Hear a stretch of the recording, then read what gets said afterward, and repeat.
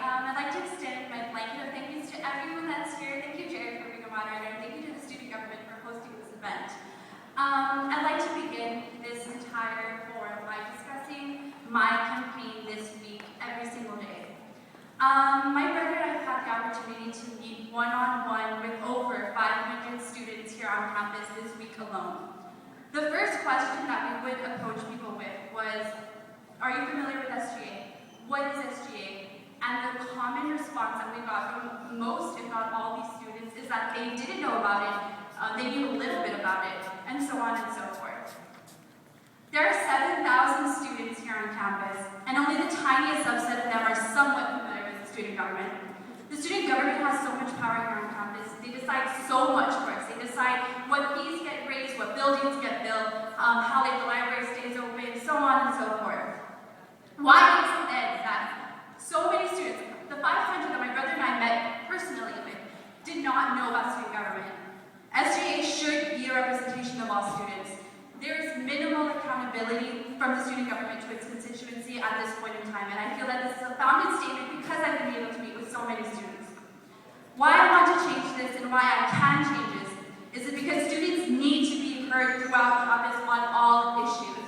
I've gotten so many perspectives from all these students, and I can change this because I've already created this foundation, a strong foundation of diverse student perspectives in this week alone. You need student input before you can ever claim to be the true voice of Canada. My brother and I this week alone have met with 500 people individually, one-on-one. That alone should be a representation of our campaign, who we are as people, and what we wish for student government in the future. And with that, I'd like to close my opening statement and hand it over to Jerry. Thank you guys for listening.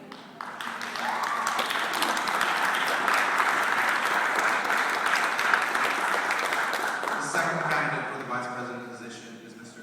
Gustavo Martinez. Gustavo, you will have 2 minutes. Thank you very much. First, I want to say good afternoon, and thank you for all the students for coming out. Thank you, Jared, for being here, student government, and OSA for putting this forum together. And I want to tell you who I am and what I stand for. I'm a junior business administration major, and ever since I've been involved on this campus, I've been in leadership roles as soon as I started walking in. I've been in what was called the Students of Free Enterprise, which is now enacted for the past 3 years, for all the regional competitions and first runner-up in the national position.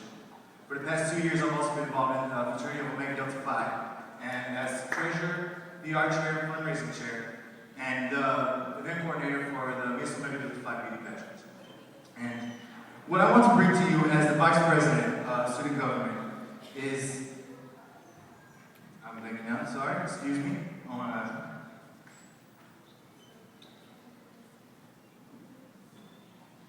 Okay, here we go. I want to greatly apologize for this right now. What I want to bring you as the vice president of student government is a new image, because in the past years, student government has a bad image.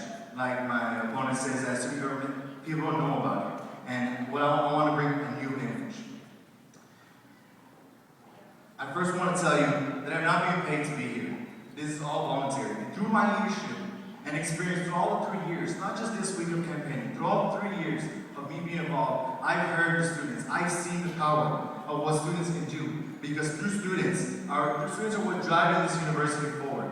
They're what's driving, they're making this university great. And I want them to be part of this university so they can feel part of the growth of this university through unity.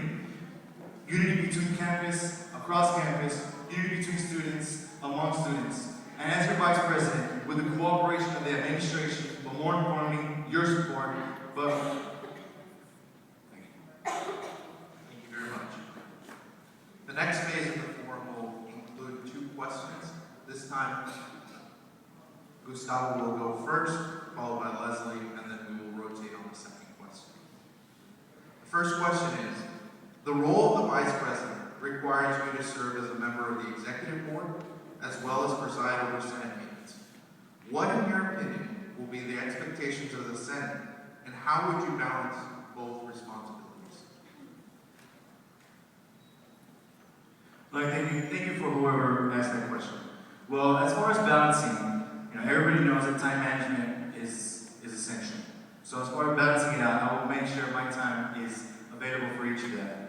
And for the Senate, we want to make a proposal that we want to have weekly meetings, for the Senate to have weekly meetings with their students from their respective college.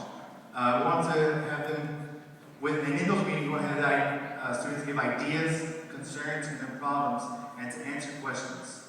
And every meeting, not just the same students, but different students, so we can get a different idea of what the actual students want to happen from in their college, in their respective college, whether it be the College of Arts and Sciences, the Sanchez School of Business, or any college, be the matter. Leslie, I'll repeat the question. The role of the Vice President requires you to serve as a member of the Executive Board as well as preside over Senate meetings. What, in your opinion, will be the expectations of the Senate, and how would you balance both responsibilities? For your time here? Okay. I'm very interpreting this question as how I would balance my role in the executive branch as well as how I would work with the Senate and what would be my personal expectations of them as Vice President. I expect, foremost, before everything else, that the Senate behave ethically and they represent their constituency the way they should be. And this would be done by having the senators meet with their constituency on their own time because it's really hard to coordinate people's schedules. So this would definitely be a requirement.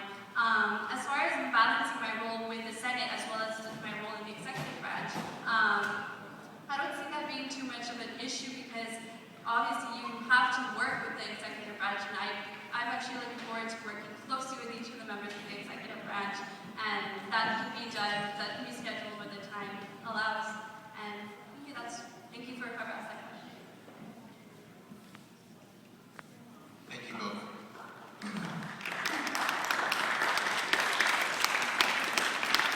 For the second question, Leslie will start the answers.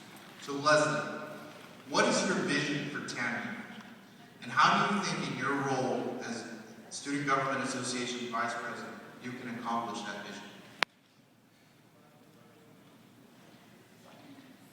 Okay, my vision for TAMU is to have a student body that in its entirety fully understands what student government is and what their functions are.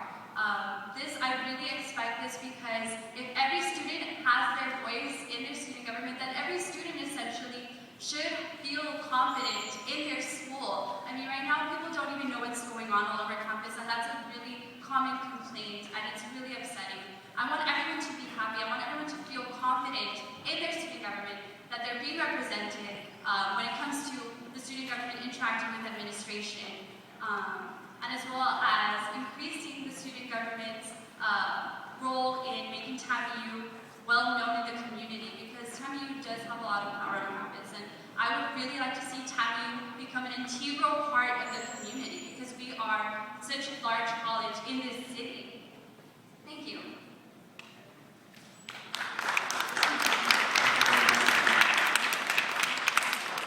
Gustavo, the same question. What is your vision for TAMU, and how do you think your role as SG Vice President you can accomplish it? Thank you for the question. My vision, is to make this TAMU greater than it already is. For people to know who TAMU is and what we stand for. And through this, I want to have transparency, and I want to be accessible through the students so they can see what we're doing. They can know what our plans are, and so they can let us know, if we're doing anything wrong, or how they will feel that they should be run. Because the students, like I said a little while ago, they're the ones that are pushing this university forward. So with transparency and with our accessibility to the students, we will not only hear their voice, but we will find solutions for the problems that they bring to us. Thank you. Thank you very much. We had agreed upon a short form, and so we are going to move now to closing statements. Gustavo, you will be given the first closing statement, followed by Leslie. You don't need to pass the mic around. You will have a minute to address it.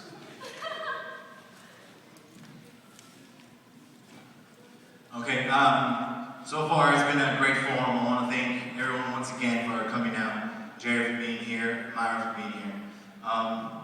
As being vice president, I have been part of, like I said I've been part of the TAMU throughout my 3 years. I'm a junior. I've been throughout 3 years, and I will continue to be part of TAMU, be part of all the organizations. Some of y'all may know me as the microphone guy from all the events that we have done. And I'm here standing with the microphone, and I will continue to be the microphone of the TAMU students. To be the microphone for their voice, and to be heard, not only to be heard, but to find solutions for their problems.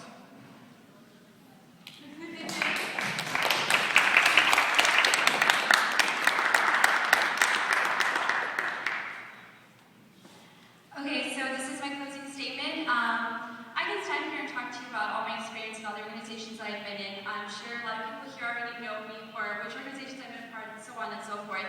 But I hope that you guys really recognize and understand why my entire opening speech was based on what concerns students, because that is a direct reflection of my beliefs and why I'm running for vice president to begin with. I think that we should be talking about the concerns for the students. I think this is what we need to focus on. I feel like I'm ready, I'm confident in my abilities to be able to lead TAMU to greater heights. Like I said before, I met with hundreds of students this week alone, and if you don't believe me, here are all of them. And this is just a reflection of our entire campaign and how seriously I take the student body, how seriously I take the importance of every person's voice on this campus. Because even after today, I'm going to make sure that I still can move forward with this communication, because I think it's so important that students have a voice here. And with that, I'd like to conclude the vice president